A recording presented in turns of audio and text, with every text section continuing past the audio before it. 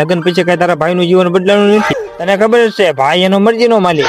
મારે જયારે ઉભું થવું હોય ને ત્યારે જ થાવ. આવરમાં વહેલા 5 વાગે. અને પછી મારા કંટ્રોલમાં પૂરેપૂરી હો પછી. અને ઘરની મારો પગ નો મૂકે ચાલી ગયું કપડા ઇસ્ત્રી નો કરી નાખું તાલી.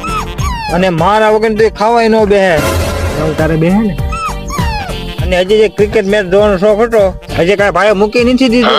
અને આજે તે હજી એની સિરિયલ પૂરી થાય ને પછી હુઈ જાય ને તારે ઘડી ખૂણામાં ઘડી ક્રિકેટ જોઈ લઉં. હા અને એવું નથી કે મરદ ના ફાડીએ એને વહુ ને ડાબડબાણીમાં રાખ્યું હોય. નહીં બધા નાના મોટા ડિસિઝન એને લેવા દઉં.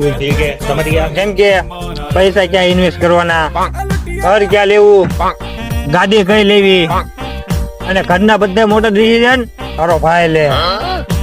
જેમ કે હાવણી કઈ કંપની ને આવશે ઘરમાં, સ્ટોરીમાં સોંગ કયું મેકવાનું, કઈ લારીમાંથી શાકભાજી લેવાની.